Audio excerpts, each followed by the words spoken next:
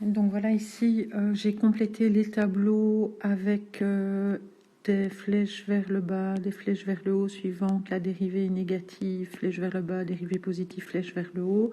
Même chose pour la concavité, tourner vers le haut, petit bonhomme qui sourit, tourner vers le bas, et puis point d'inflexion minimum, maximum. Maintenant, il faut encore tracer la fonction.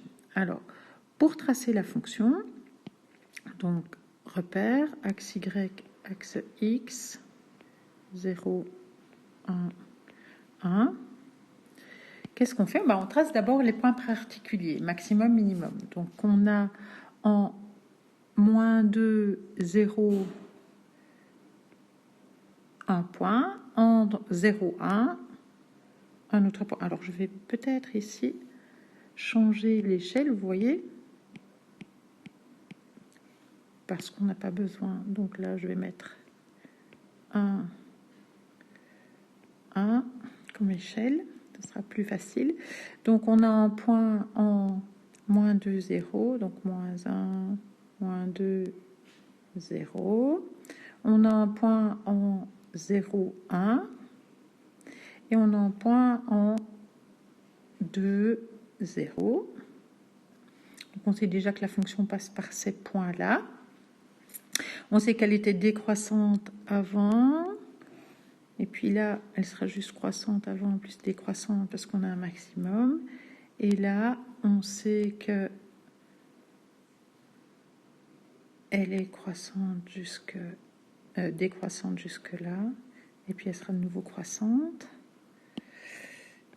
Même chose ici, elle sera de nouveau croissante. Et on a une concavité vers le haut, vers le bas, puis vers le haut. Donc, avec des points d'inflexion en moins 1, 0,5, un point d'inflexion là, et en 1, 0,5.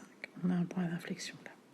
Donc là maintenant, on voit très bien comment la fonction va se dessiner. J'ai trop effacé. Voilà. Donc elle va passer par ces trois points-là, avec une concavité un peu comme ça, un changement, et puis un peu comme ça. Alors évidemment, on doit lisser un peu mieux la courbe. Ici, elle n'est pas très, très jolie, mais bon, voilà l'allure du graphe. Si j'essaye de faire mieux, on va voir si ça marche. Voilà, parce que là, j'ai un point d'inflexion. Là, j'ai un point d'inflexion. J'ai un max. J'ai un minimum. Et j'ai un minimum. Voilà. En gros. Alors, la suivante, même chose. Je trace d'abord les points précis. Là, je vais prendre un repère un peu plus petit. Je vais prendre 0 parce que je dois aller jusqu'au moins 4. 1, 1. Alors, on a un point qui passe en moins 4, 0, moins 1, moins 2, moins 3, moins 4, 0. Voilà un point. Et puis alors en 0, moins 3, moins 1, moins 2, moins 3.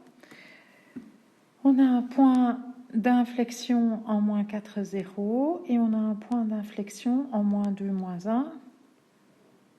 Là, c'est point d'inflexion. Et là, on a un minimum. Et donc, on regarde un peu la concavité. Donc, avant le premier point d'inflexion, la fonction est décroissante et elle continue jusqu'au deuxième point d'inflexion à être décroissante. En tout cas, elle l'est. Alors, on a une concavité vers le haut et puis vers le bas. Donc, on a un truc qui doit faire ça. Et puis, on a un changement de concavité. Et là, de nouveau, un changement de concavité. Et puis, on a un minimum. Donc, la fonction repart. Voilà, avec une concavité qui reste la même. Alors, je ne sais pas ce qui s'y passe. Voilà.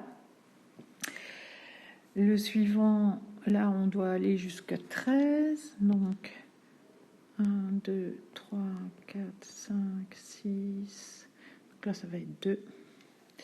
Et là, je vais mettre 1, 0. Donc, toujours faire attention à votre échelle. Alors, je trace les points. On a le point moins 3, 13. Moins 1, moins 2, moins 1, moins 2, moins 3 et 13. Donc 2, 4, 6, 8, 10, 12, je crois que c'est 13, 1, 2, 3, 4, 5, 6, voilà. On a un point là. On a un point en 2, 4. 2. Donc voilà, un autre point. Et on a un point en moins 1, 8. Moins 1, 4, 6, 8. Voilà, les 3 points par lesquels doit passer la fonction. Alors, on a une fonction, ici c'est un max. Ici, en moins 1, 8, on a un point d'inflexion. Et là, on a un minimum. Et on a des indications de concavité à suivre. Donc, j'ai une fonction qui est croissante, puis décroissante avec une concavité tournée vers le bas.